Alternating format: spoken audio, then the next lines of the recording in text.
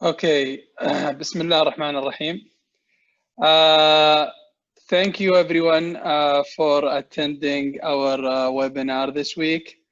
This webinar is part of our O2O2 program, Online Training Oriented Tasks. And we are happy and glad to have Mr. Khalid Shuwail today to talk to us about how to be an attractive new hire. I think this topic is very interesting to all of those who are looking for finding new jobs, especially our intern students.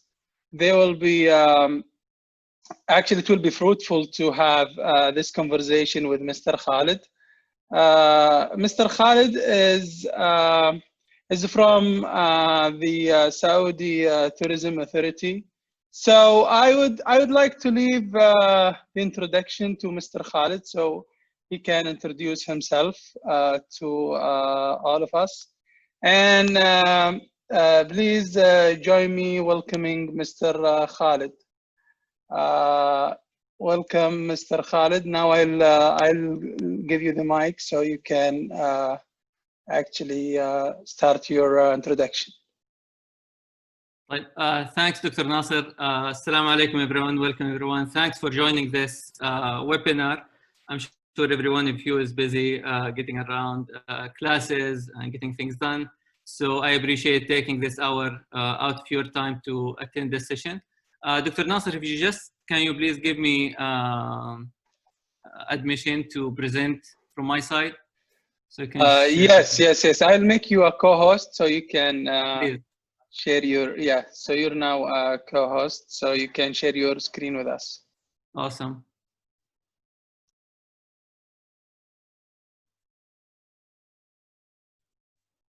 So can you see the screen? Yes. طيب. Thanks everyone. Thanks for joining again. I appreciate your time and attending this webinar. I hope I will try as much as I can to add value to every one of you. And we'll go through a bit of a background about myself. We'll talk a little bit about the labor market. And then we'll talk about your journey before and during your first job. So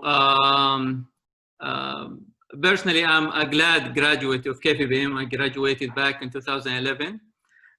So I've been in your seat at one point of time, looking for job opportunity, looking for a job. I totally understand and relate to the journey that you are going through. I graduated with a marketing degree, then I joined Goody. While being with Goody, I got awarded as the Rookie of the Year, which is an award that's usually given to people at their first year joiners.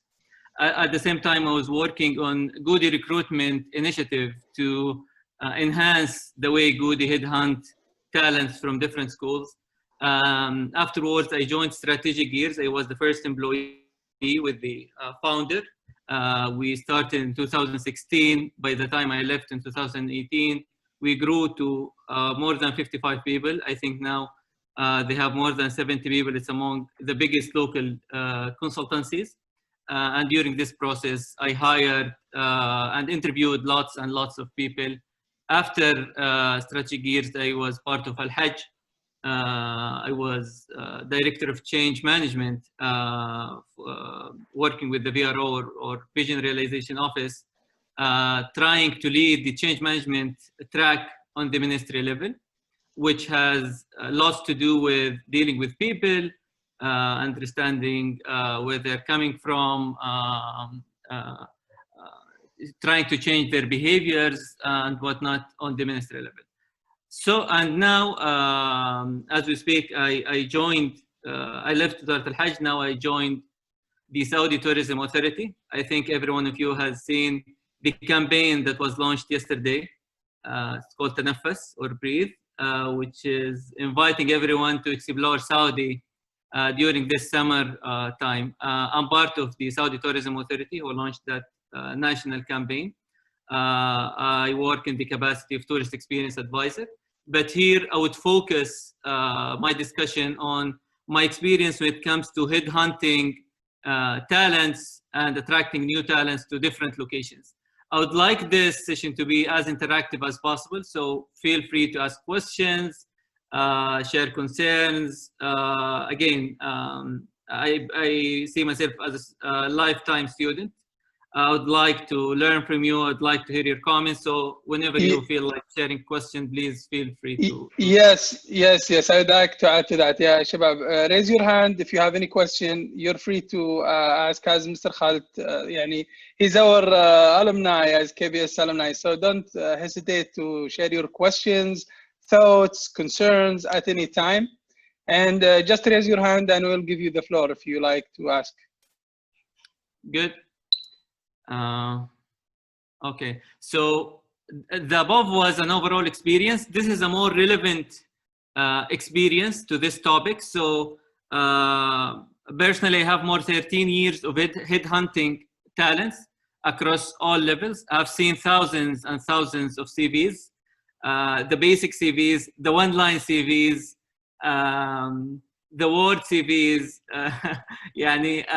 endless and endless CVs I've seen across levels, and I've managed personally lots of or tens of employees, whether it be full-time or part-time. So I'm here to share the cream de la cream of this experience, or the relevant insights that I can share with you so you can apply in your journey to landing your first job, inshallah.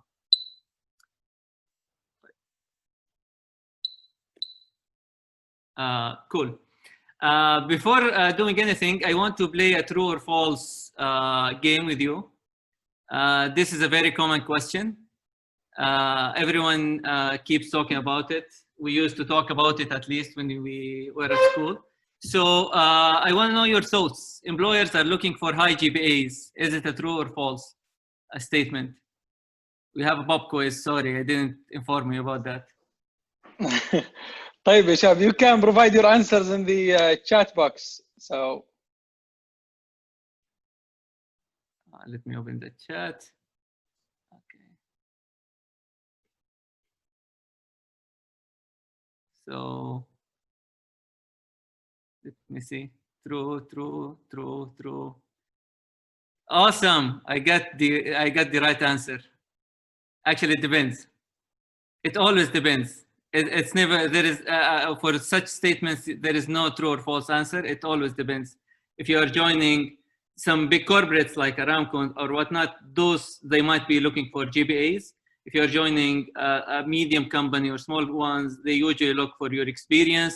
If you are joining a research center, they'd be looking for your GPA. So it always depends. There is no true or false answer. Like, we got another one.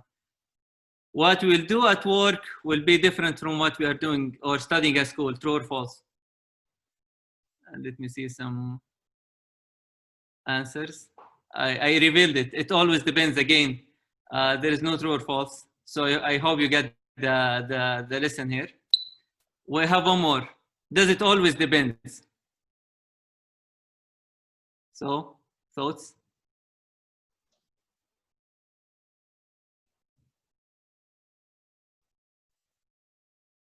Okay, yes, yes. True, true. Yes, actually you get that well. It does always depend. And actually this is the learning that I got personally from my experience overall, or from my experience when it comes to headhunting people. For the sake of this discussion, I would share some guiding principles, if I may say, for this discussion. But before jumping into that, I really want to understand, Kida, generally, if you can type or share your thoughts or expectations out of this session. What are you expecting? What questions you are looking for me to answer? If you can share some thoughts, it would be really great. While doing that, I would be quickly passing through the guiding principles. So for this discussion, I have 4 guiding principles. Please treat this discussion as a starting point, not a final destination. So whatever I'm sharing here today with you is the starting point where, or take whatever ideas today as starting point and build on it. Do not treat it as the final destination or the only way to land on your first job. Second point is every one of you is unique in terms of your major, in terms of your capabilities, in terms of your personality. So this is a very important guiding principle for this discussion. Another thing, I'll try to be as practical as possible. So I would not just share with you thoughts and ideas. I would try to give you some tools to bring those ideas and thoughts to life. Last thing, I would be sharing the most recent, I would try to be as updated as possible in this presentation. I'll share with you as much as I can the relevant insights. And I'm sure, if anyone would look into this in the future, would relate or would keep it to the time frame we are presenting. So starting with, I would start this presentation before jumping into the search process. I would talk about the labor market itself. So as someone who's been in the labor market for the past 13 years, I've hired lots of people. I've got exposed to numbers and numbers of organizations, especially during my time in the consulting world. And here are 4 topics that I quickly want to skim through when it comes to the labor market. I want to talk about talents, CVs, network, and luck, because a lot of us are talking about luck, and luck has to do lots of, some of us might be lucky or not. I'll talk a little bit about it. When it comes to talents, and the big question of is there a need for talent today? Would people hire me? Would organizations hire me? I can assure you that during my 13 years of experience in this field, so far as we're speaking, I can assure you that there is a huge and deep demand for talents, at least in the region and in Saudi. Specifically KFUPM talents, I can assure you that there is a big, unwavering demand for talents. So is there a need for talents? I can tell you, yes.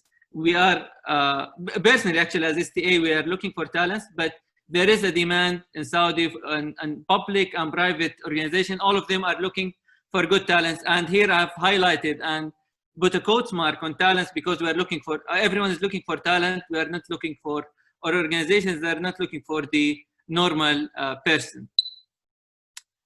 When it comes to the CV, I believe CV is a great tool that might help you land in a good position, but it's not the only thing. So for me, with all kinds of tools that are available today that can help you put together or design a good CV, the looks of the CV is not the thing that would cut through the application process for most of the organizations, as much as what do you have in the CV and what kind of stories can you tell the interviewer once you land on that interview.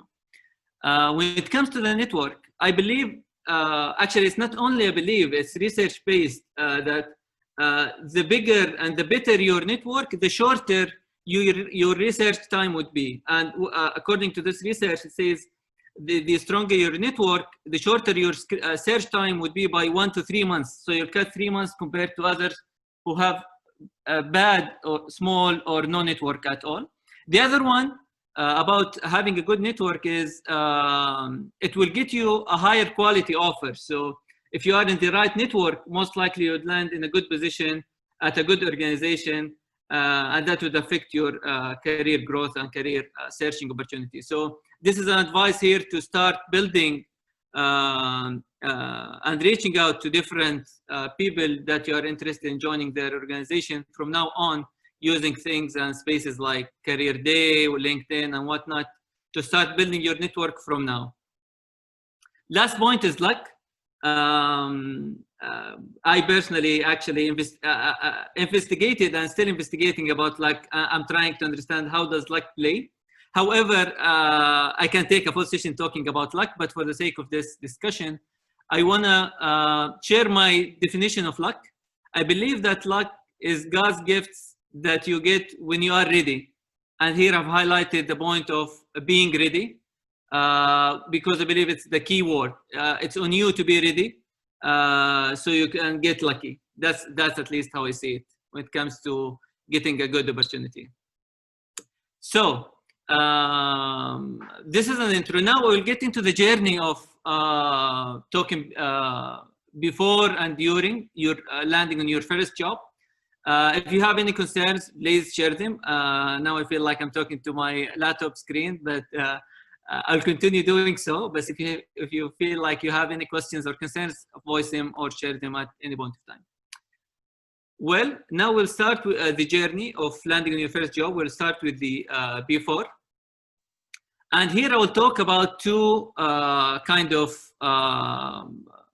things that you should do before landing your first job. First, I'll talk about building yourself. Second, I will talk about choosing the right opportunity. So we'll start with building yourself. Here I'm talking about knowing yourself. Knowing yourself is really, really key because, as I mentioned in the beginning, every one of you is unique.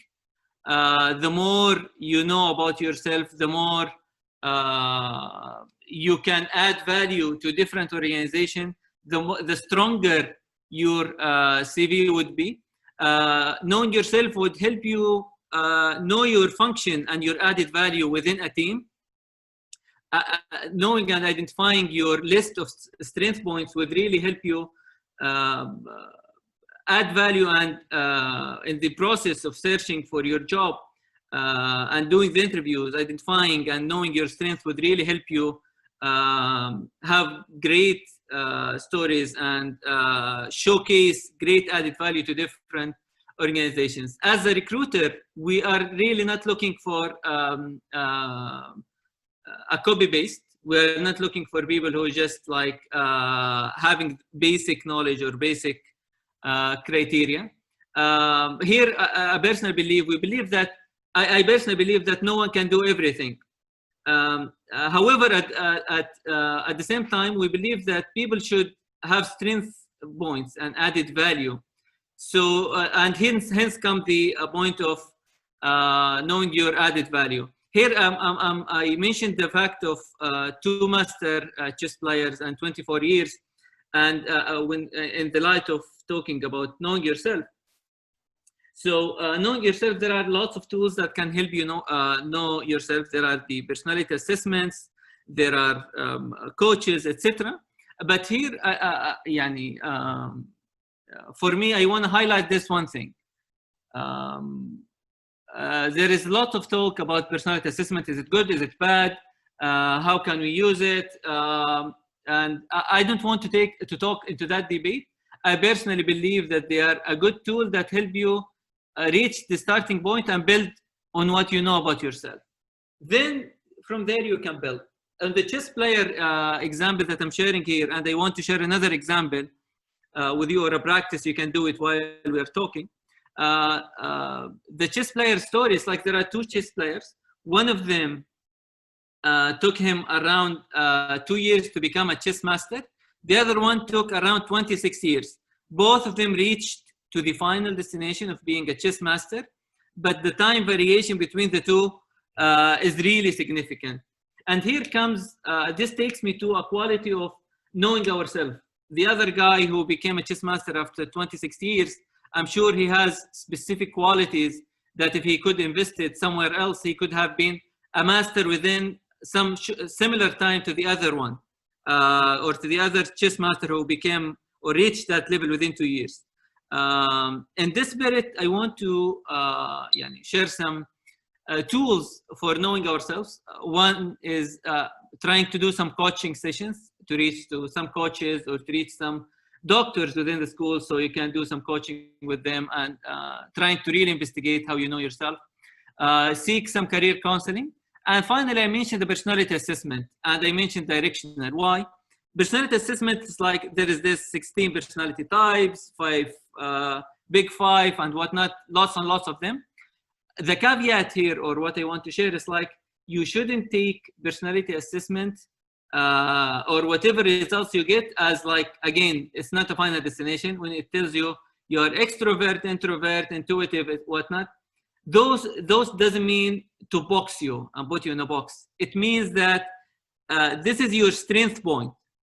And here, if you can, like, as we speak, bring a paper and a pen and use, for example, if you use your right hand, usually write your name with your right hand.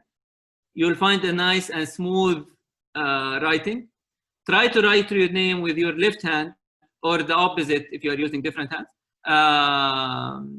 So if you use your right hand, write your name with your right hand. Then try with your left hand. You'll find a difference. You'll find that the final outcome is like you get the same outcome. You got your name written, one in English or in Arabic, and the other one's like in a totally new, different language. And that hopefully clarifies this point. It's like you managed to reach your final destination. You wrote your name using both hands, or if I would relate it to personality types, for example, you're thinker or you're intuitive. Both is like, at the end of the day, you have everything. You're a mix of everything. I believe that we as human beings are very complicated. No one assessment can identify and really figure out who are we.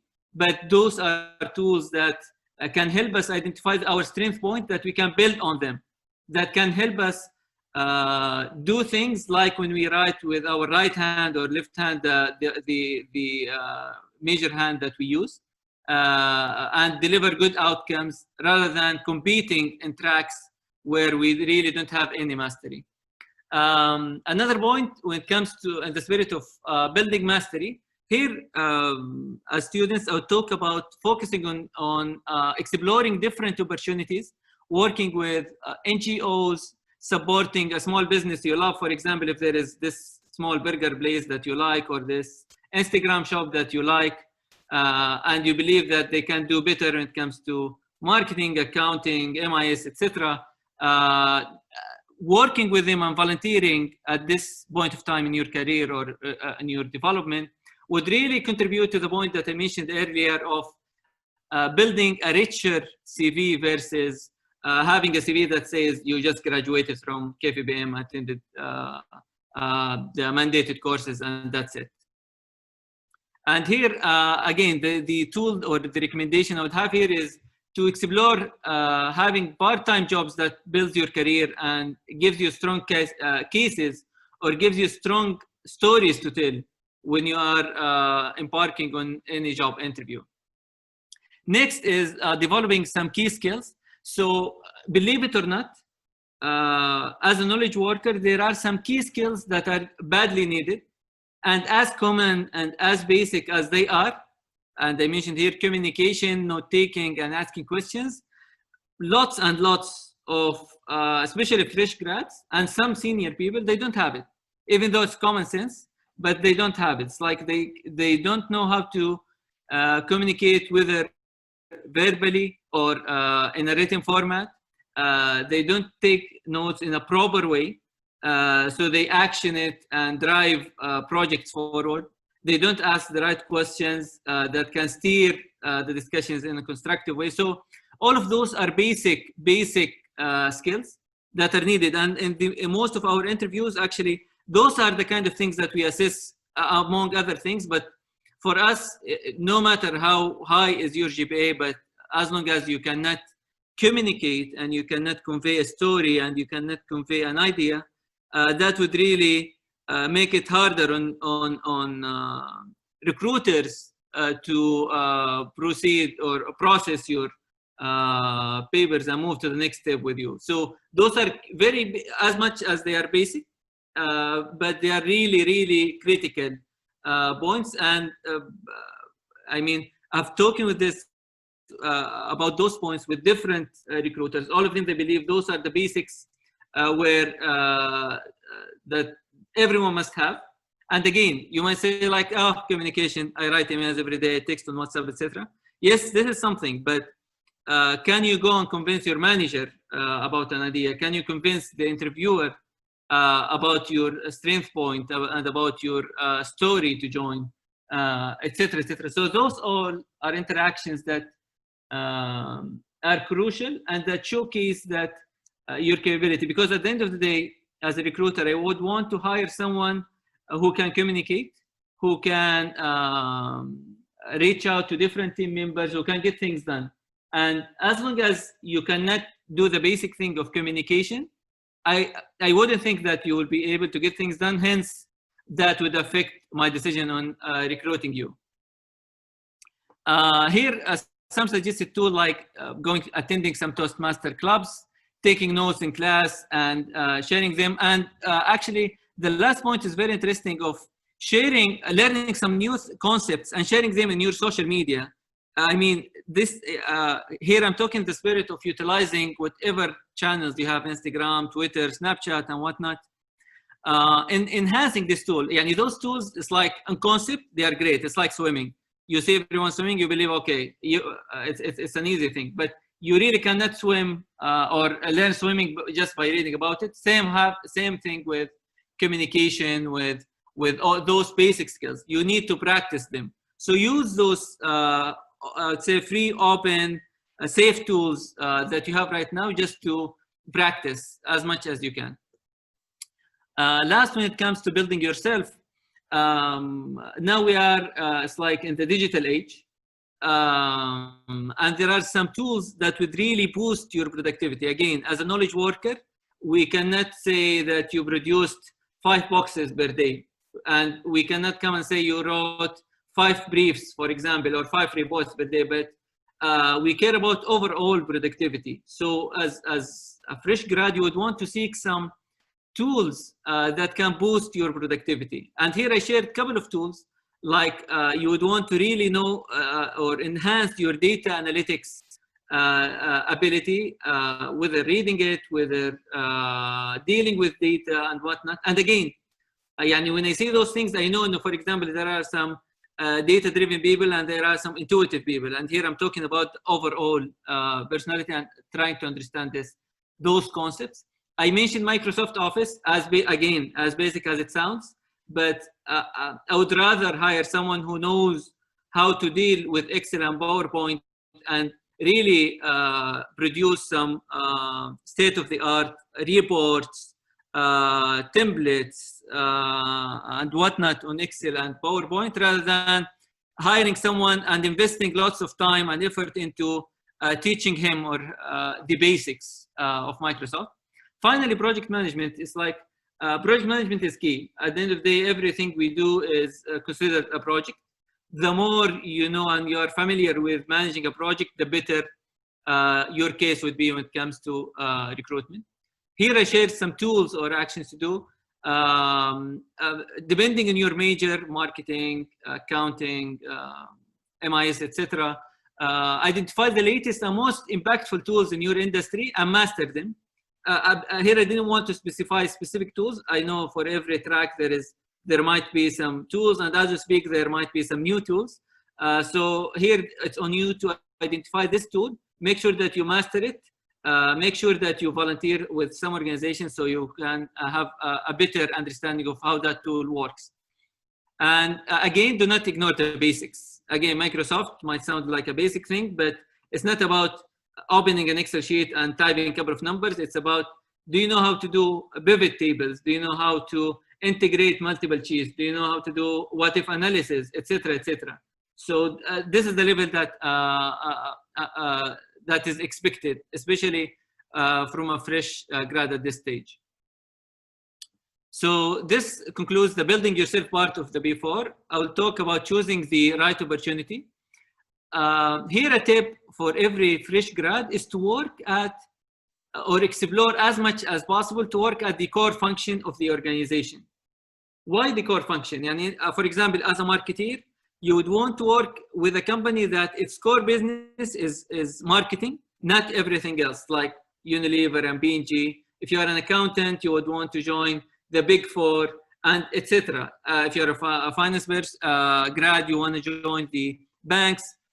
joining the core team or the core function would really expedite the process or expedite the learning curve for you.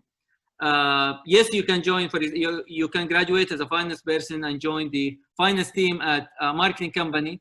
There would be some learning, definitely, but it won't be as significant and as massive as when you join a company or an organization that its core business relates to your major. I believe it's a very critical thing to keep in mind when searching for a new opportunity. And here, based on your major, I recommend to identify opportunities where you can work at the core function of the organization. For marketeers, there is always Goody, Unilever, and P&G. Finance, there are the banks, the big four for accountants. MIS, there is Amazon coming, Souk that became Amazon, Jarir. I know all of those are active. Management, there are lots of need among management consultants when it comes to HR. So make sure, again, the point is make sure that you are working at the core function. Last thing, when it comes to choosing the right opportunity, make sure that, or try as much as possible to know who would be your manager. Knowing your manager would really, or having a good manager would really contribute to either having a good or bad experience. A good manager who's looking to delegate, to share knowledge, to empower would really give you, would really increase or enhance your learning curve versus a manager who's protective, who doesn't want you to make mistakes. That would really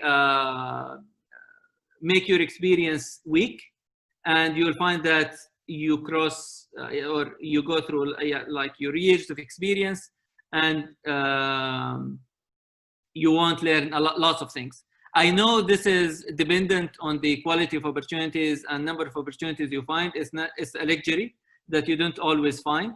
This point and the one before of working at the core team, but it's something that you keep in mind and you pursue as much as you can if you have the time for that. So here the two key tools or actions that you can do is ask about your manager and try to meet him or her before joining to understand their ambitions and their way of thinking.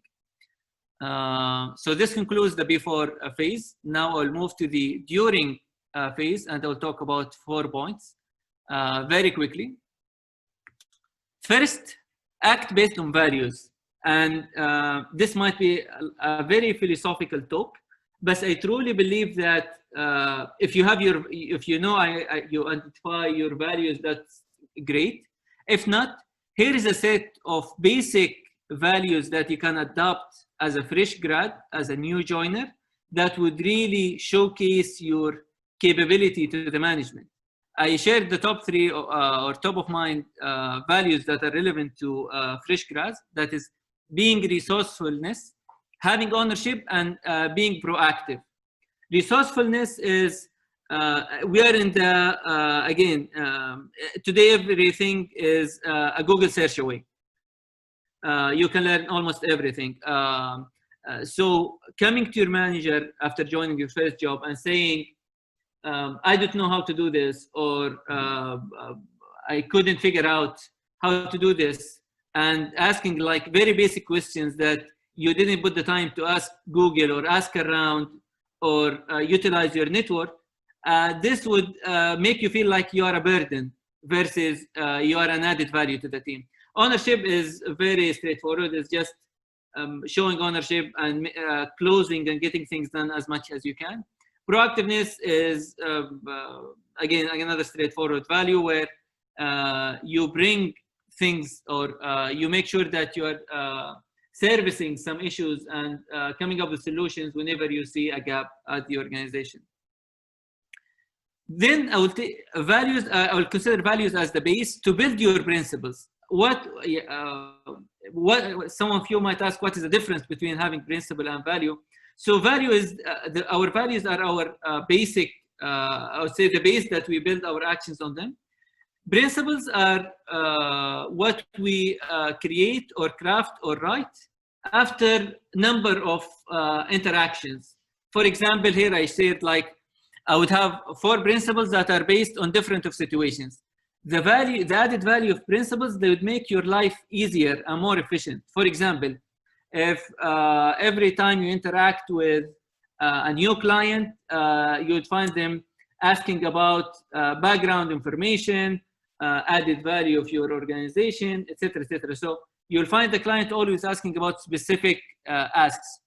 And if every time you will reinvent the wheel and do this from the beginning, this would be a waste of time. However, if you start developing principles that are related with dealing with clients for the first time, this would make you more efficient. You will have more principled situations and solutions that will make you come across as a more efficient resource who's really not reinventing the wheel with every interaction inside or outside the organization. And here is a very good book on this topic. It's called Principles. It's available as a soft copy. It's available in Jareer, if I'm not mistaken. It's amazing. A book written by a guru called Ray Dalio. It's a so enriching book for personal and professional tracks. Third point here, when it comes to adding value during your first job, try to master some frameworks of thinking. So as a knowledge worker, you're expected to make decisions, comment on decisions, and enhance some taken decisions. A very quick way to make decisions is to master some frameworks of thinking. Here I shared a couple of basic yet major frameworks that can help you make decisions. For example, the SWOT analysis or the 80-20 rules. For example, if you want to decide where to put your attention as a company for the coming 2 years, for example. So here you'll easily, top of mind framework, you would identify the top 20 clients who are bringing you 80% of the profits, and you'll focus on them. So you can focus your efforts and you can drive some decisions and some strategies based on that. Another framework is supply chain. It's a very major framework. You can apply it to labor market, you can apply it to capital market, you can apply it to lots and lots of usages where this framework could be used. Again, here I'm not listing the top frameworks, I'm sharing examples. There is a very good website where you can also navigate. It's called fs.blog. It has lots of what they call it mental models. If you visit that and do some reading there every now and then, you would really build good list of frameworks that you can utilize with time. Again, it's not about memorizing them, it's about exploring ways of bringing them to life. Last point here is I believe as a recruiter or as a manager, you are the one, and as a big brother, I believe that your career growth is your responsibility. You should take lead of that. You shouldn't wait for the organization to give you the training. You shouldn't wait for them to give you the on-job training. You should seek it, and you should really make sure that you are, as much as you can, take the lead on this track, because after 5 years, no one would come and blame the organization and tell them, oh, you didn't train Ahmed or Khalid or whatever, but at the end of the day, your CV would be empty, or your learning curve wouldn't be as good as possible. So here, that's where you can reach to experts and coaches, whether inside or outside your organization, to make sure that you are progressing and growing in your career. So this concludes the during phase, and this concludes the full journey. I have final thoughts that I want to share before concluding this presentation or this show. 3 final thoughts. First, focus. Whenever you're searching for a new opportunity or you land in a new one, focus. There is a great quote by Ray Dalio, the one that I mentioned his book. He says, you can have just about anything you want, but not everything you want. I find it one of the greatest quotes when it comes to showing the importance of focus. I believe there is no perfect job. Every job has its administrative work, writing reports, coming on time, leaving on time, and whatnot.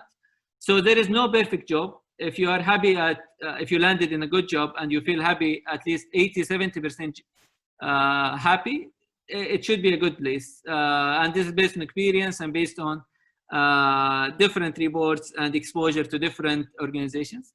Last, I believe that life is a journey. So try to enjoy it as much as you can. You shouldn't be fixated on a specific destination. You would learn a lot. You would do lots of mistakes. At the end of the day, life is not perfect.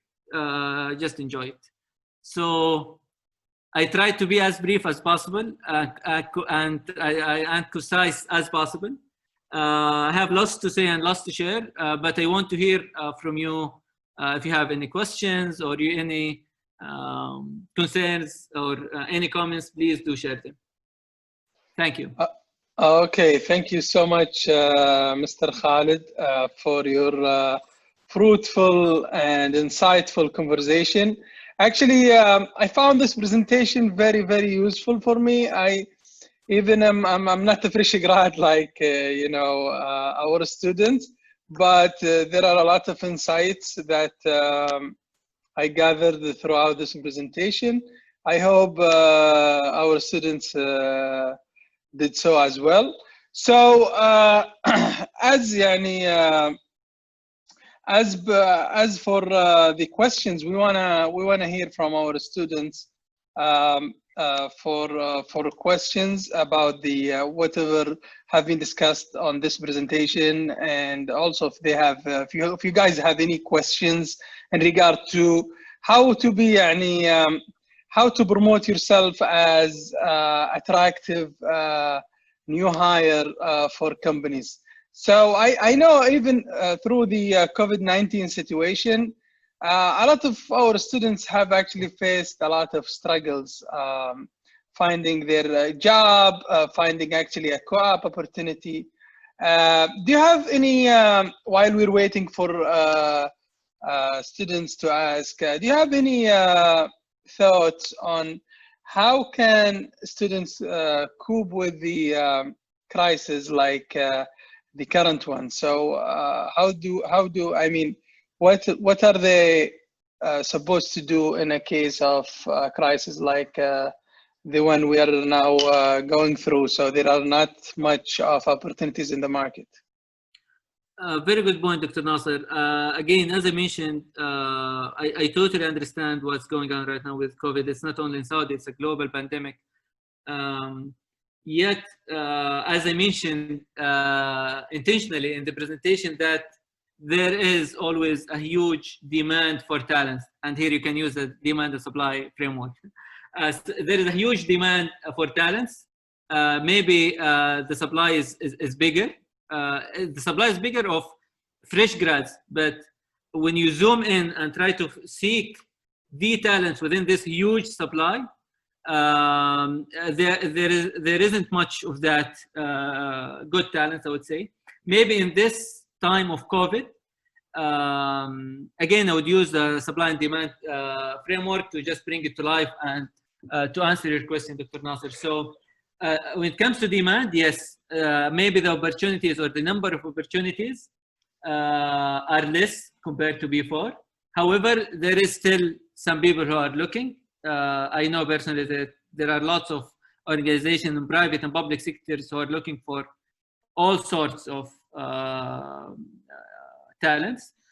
So that's when it comes to demand. Yes, the number of opportunities dropped. However, everyone is looking for talent. And back to your question, how to cope with this pandemic and to get over it, I would say here, I would reference back to making yourself unique again by building a multidisciplinary understanding. It's like if you are a marketeer, you should understand finance. If you are a finance grad, you should understand marketing and accounting and whatnot. So first, understanding and building deeper understanding of other topics, building or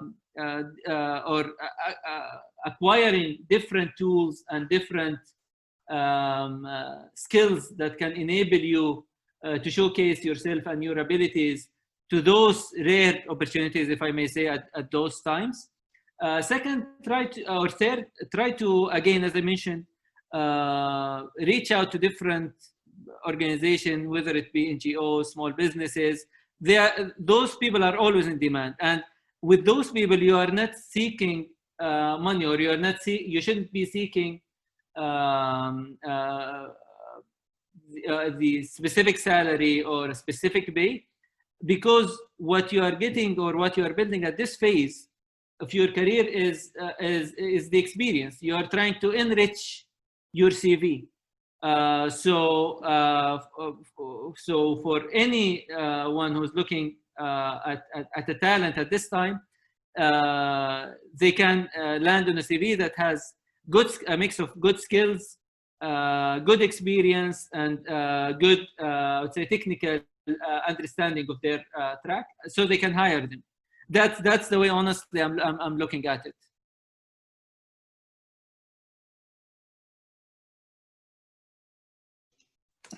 Okay, so we're having some questions here from our students. So one of the questions, thank you, by the way, it was a great answer. I was actually, I was about to say that before I saw that question. So I agree, totally agree that even in these tough times, students, even with the demand being affected, students still can actually shine and build on some certain skills that are in high need now, especially the interdisciplinary notion that you have touched on.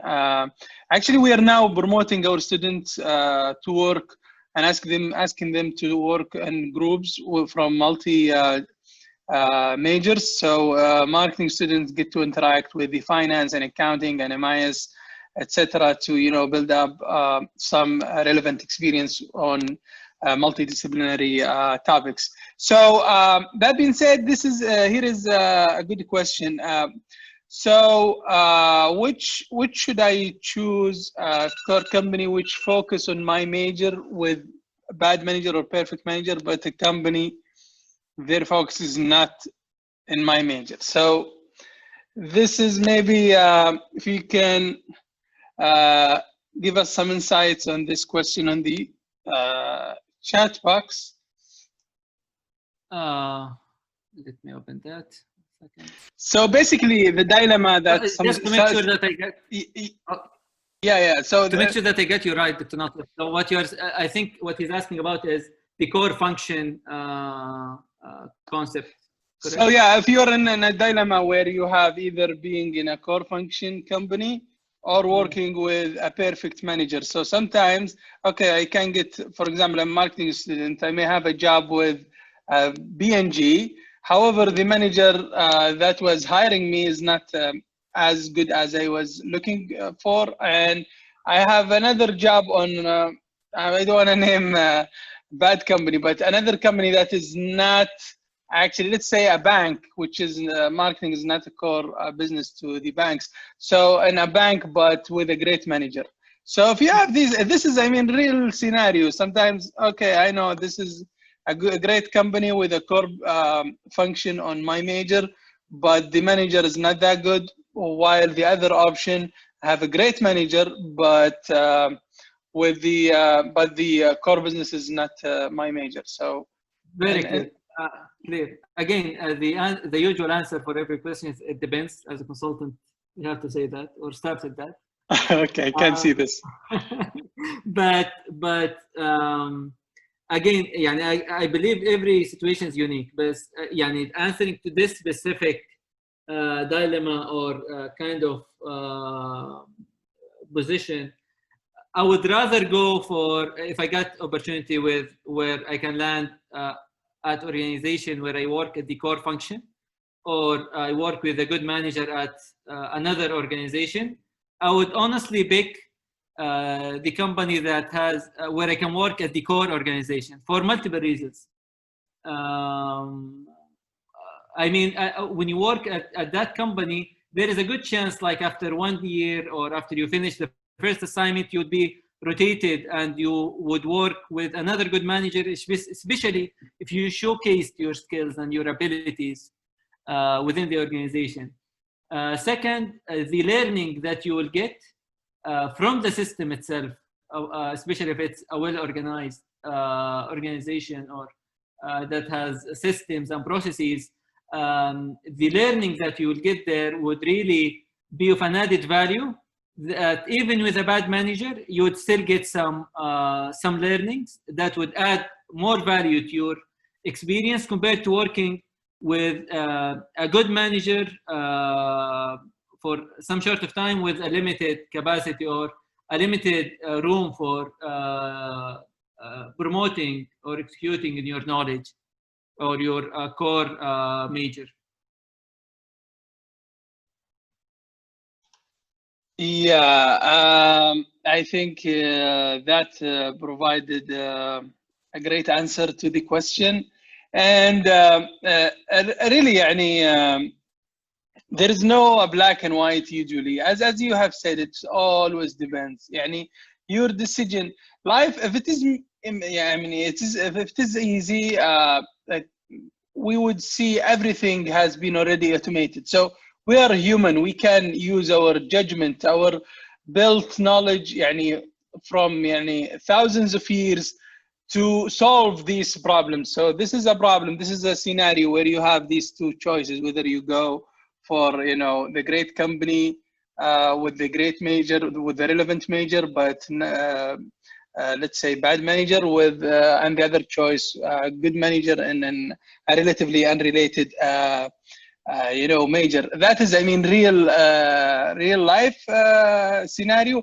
And actually, I totally agree that having the priority to the great company that is relevant to your major may be a better option, especially given that you can always move when you get in the company.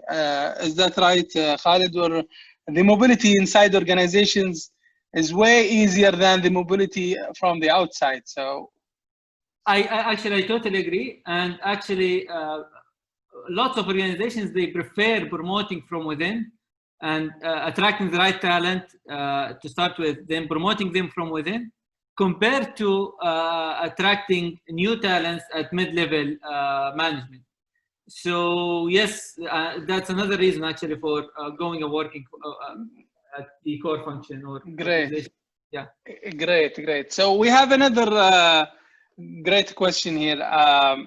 So one of our students, Ali Al-Ghazali, he's asking about how can you actually demonstrate your skills as a fresh grad while most of your work maybe is a self-study and self-learning. You don't have these kind of certifications. So how can you demonstrate these skills in your CV so the recruiters can know about these particular skills while you don't have any kind of certification, but most of your work is self-learning and self-study?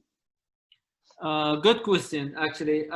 So as a recruiter, honestly, Anna, personally, I don't look for certificates as much as I look for actual experience or a good story. Not necessarily I'm looking for the storytelling part of it, but the full, I would say, situation. It's like, what was the challenge?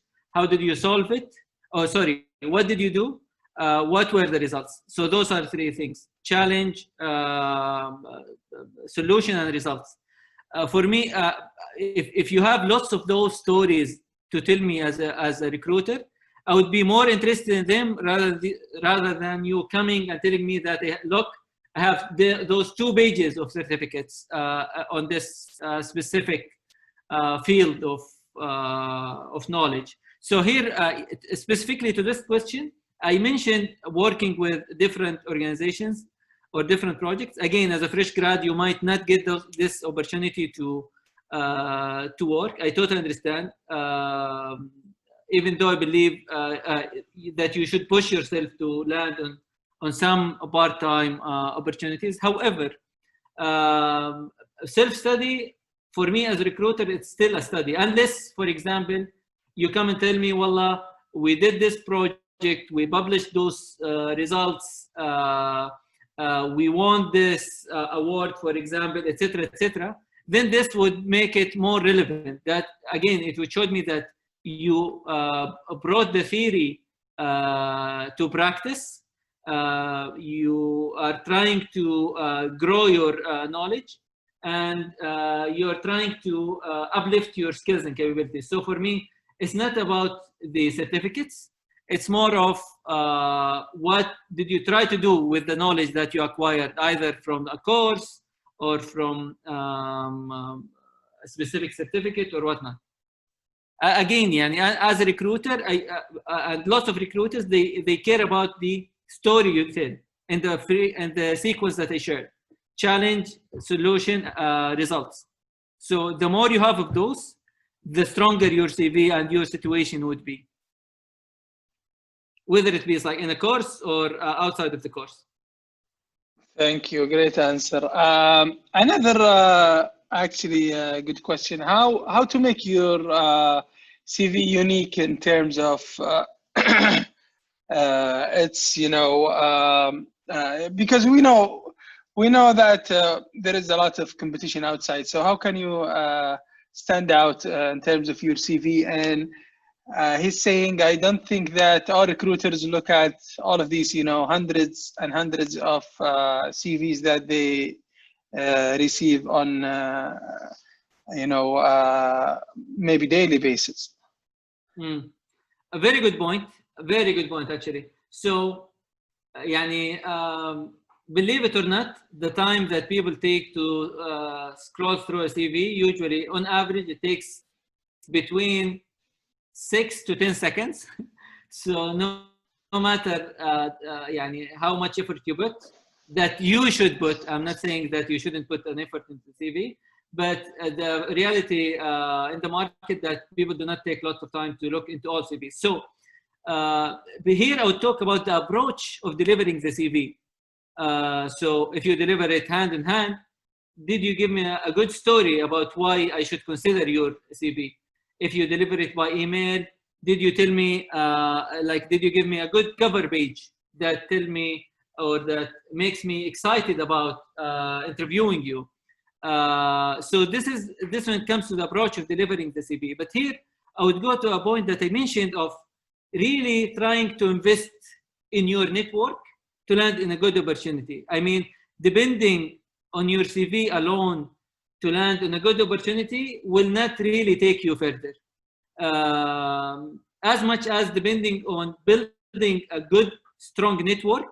I mean, reach to people on LinkedIn, reach to people on Twitter, interact with them. I mean, lots of professionals and managers are available in those different platforms. Reach out to them, start to build those connections, attend career days, even if it's not your graduation year, start building those connections with people, and with time, it should pay out for me, rather than just honestly just delivering the CV by email or submitting it through application. So yes, when it comes to those, the track of application or email, I mentioned what could be done, but the more ideal and to increase your chances, invest in your network. Okay, that is a good actually answer. So your network will take you places, huh? I totally believe in that. Okay, so and it's not only in Saudi and globally. I mean, it's a global thing. Yeah, so it's not only something related to our local market, but it is a global phenomena, so to say. So yeah, if we have room for maybe one more question, if there is a question, because we're reaching the end of the allocated 1 hour time of this webinar. So guys, if you're writing a question and you're still writing the question, please give us a hint on the chat box so we can we know that you're about to ask. So for the time being, so that could be the a concluding question if we didn't receive another question from the students. So if I am, as you have mentioned about building the network, so as a student, I mean, I would be usually contacting my, colleagues on the school. So how can I actually build my network while being, still in the college? A good question, Dr. Nasser. So, yeah, there are different ways of doing it. Either you reach out to for example, utilizing the school, reaching out to people who graduated. It's like the ones who graduated before you and joined the organization that you are interested in. To ask about, like, asking them general questions about the organization, how does it feel to work there and whatnot. So people usually like to talk about themselves and like to talk about their experiences. Asking them those basic questions would really entice them and trigger them to talk about them. This way you would build knowledge about your identified opportunity, and you will strengthen your relationship with those people. So this is when it comes to previous graduates from the school. Another one I mentioned, like reaching out to people on different platforms, LinkedIn, Twitter, and whatnot. If, for example, you are interested in joining Saudi Tourism Authority, for example, we just launched the summer campaign. So you'd reach out to someone in the finance department there, either on LinkedIn or Twitter, and start asking, congratulating them on the launch. If you like the efforts, you recognize the effort, and then you use that as a segue to ignite a conversation with them. So it's honestly about like showing your curiosity, genuine curiosity in joining the organization, and genuine curiosity in knowing the different, the person himself. That would really would be a good starting point to network and socialize with different people. Thank you so much, Khalid. Actually, our colleague, Mr. Ihab, is asking how if students can actually reach out to you for advice or opportunities. Sure, here I have my contacts shared on the screen, whether on LinkedIn, Twitter, or email. I'd be more than happy to respond and clarify and answer any further questions for any one of the students. Okay, thank you so much. Please never hesitate for me to reach. I was once in your chair, and I would love if someone gave me some guidance. Reach out to me at any point of time. Depending on availability, I would be more than happy to answering and having a conversation with any one of you, inshallah. Thank you so much. We are really glad to have you, Khalid, with us today, and it was really fruitful and thoughtful and insightful presentation. I myself learned a lot from this presentation. I think our students have done as well.